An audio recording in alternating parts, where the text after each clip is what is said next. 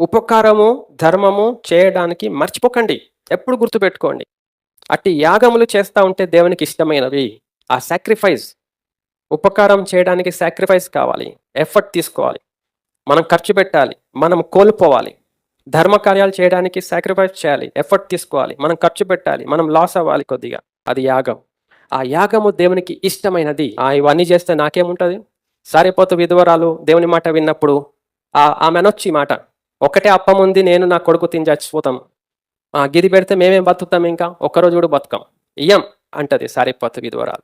కానీ ఆమె విశ్వాసం తెలిసి దేవుడు ఆ ఊరికి పంపించాడు. ఆమె అంగీకరించింది, చేసింది. ఆమె కూడా పోషించబడింది. ఆమె కుమారుడు కూడా బతికాడు. దేవుని యొక్క మాట మన శక్తి లోపం లేకుండా మనం చేసినప్పుడు తర్వాత సంగతి దేవుడు చూసుకుంటాడు.